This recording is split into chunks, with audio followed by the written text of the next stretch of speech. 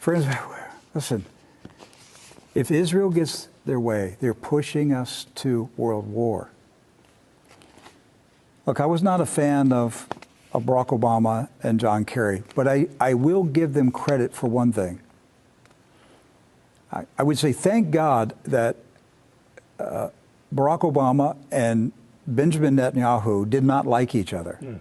Thank God that they did not get along. Right. Because Mr. Netanyahu wanted Barack Obama to start the war with Iran. For 8 years, he tried to get the war, and Barack Obama wouldn't do it.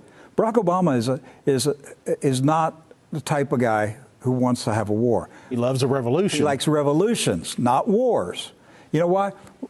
Look, Barack Obama, his idea of talking to commanders or talking to communist revolutionaries. Right. He doesn't like talking to military commanders. He's uneasy sitting in a room talking to military commanders. He's very comfortable sitting in a room of communist street organizers. Comrades. Yes, comrades. So he couldn't get Barack Obama to start that war because Barack Obama didn't want to manage a war. Right.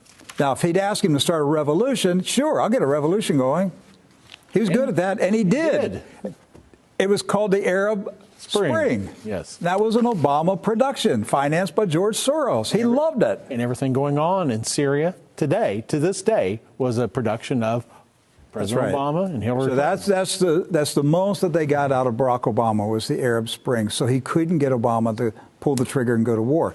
But with President Trump in office, President Trump has surrounded himself with Zionists, his son-in-law, all of them, all around him, are hardcore Zionists, and you've got the Christian Zionists who are whispering in President Trump's ear, "You're Cyrus the Great.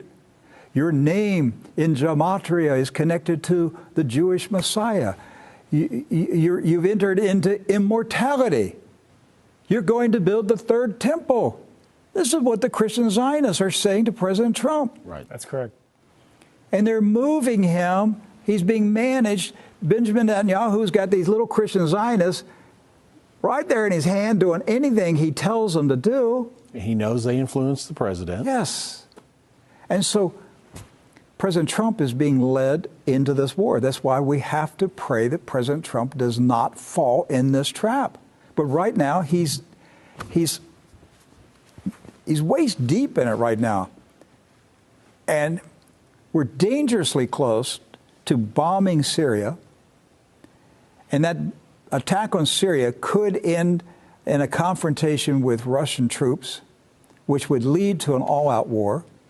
And if we get through this one with Idlib, the next stop is Iran in November. Yes. You know, and President Trump's being led, he's just being led down this road. They're telling him what to say. They're telling him the threats to make.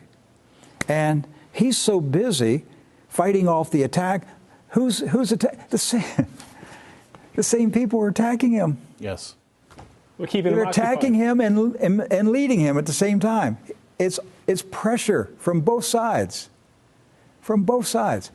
On the outside, they're saying, Donald Trump, you're a Russian stooge. You're a puppet for the Russians. And on the inside, he's being told, You're Cyrus. You're Cyrus, and you got to attack, even if it means attacking the Russians, because you're Cyrus. It's the same group of people whispering in each ear. We need to pray for President Trump that he comes out of this delusion, or we're all in deep trouble with World War III. It is not going to be nice.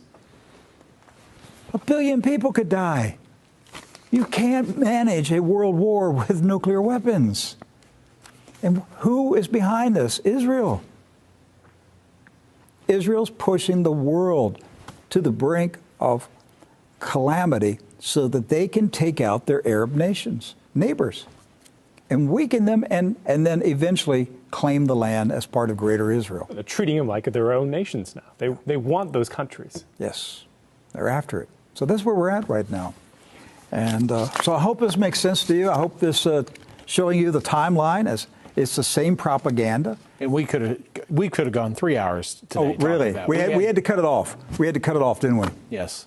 Because we had so much information here that we just can't manage it today because there's so much that leads up to this. We overloaded our production department, and we just had to cut it off because there were so many videos and news articles that we could have shown you from the 90s, the 2000s, to show you how Israel has been working the USA towards war. It's overwhelming. And for me, I've been sitting at this seat for 20 years, and I've watched this happen, and it's the same story over and over and over. The same characters. Same characters. Benjamin Netanyahu, propaganda meister. That is his job, propaganda. And they're building a Zionist empire. And all I can say, folks, is pray. Pray that President Trump does not go down this road. Listen, Barack Obama didn't do it. They did get George W. Bush to do it. They couldn't get Bill Clinton to do it, but they did get George Herbert Walker Bush to do it halfway. I made that connection to just now, but you're right. Yeah. So let's pray that they don't succeed with Donald Trump. Yes. Wouldn't it be great if peace broke out instead of war? They don't want peace. They do not want peace. They do not want peace with the Palestinians. They don't want peace with their Arab neighbors. They don't want peace. They want their land. That's what this is about. It is about greater Israel. So thank you for hanging in there with us for over an hour. Been a long week, and we continue to pray